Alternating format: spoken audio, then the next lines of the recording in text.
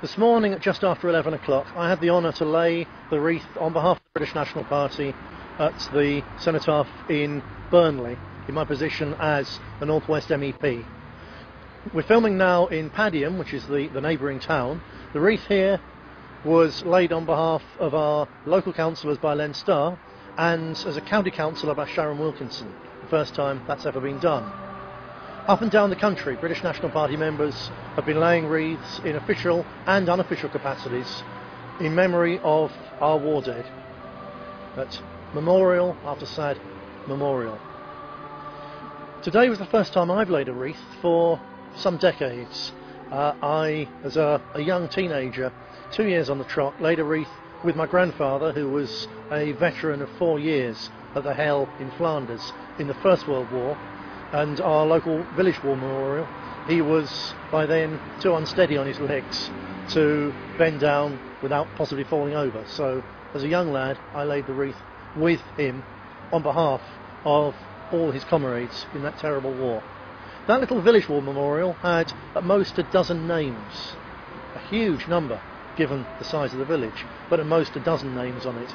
Here in Padiham you can see behind me, if you went all the way around the pillar, easily in excess of 100. They're picked out in gold because fairly recently, when we took all 3 seats here, our councillors, one of the first things they did was to have this war memorial properly cleaned up, because all the gold previously had peeled off. So here our people have honoured our dead twice over. As I say, up and down the country our people are doing the same in memory of the dead of the First and the Second World Wars, of the conflicts after that, the forgotten conflicts, Korea and Malaya, Aden, Kenyan emergency, many others. Of course the Falklands, that truly noble and just war to keep a part of our land populated by our people under our government. All those who died in Northern Ireland fighting against the Marxist IRA to preserve another part of Britain as Britain. Those who went and fought and died in the wars in Iraq and of course now in Afghanistan. This party is against those wars. They are nothing to do with Britain or the British people.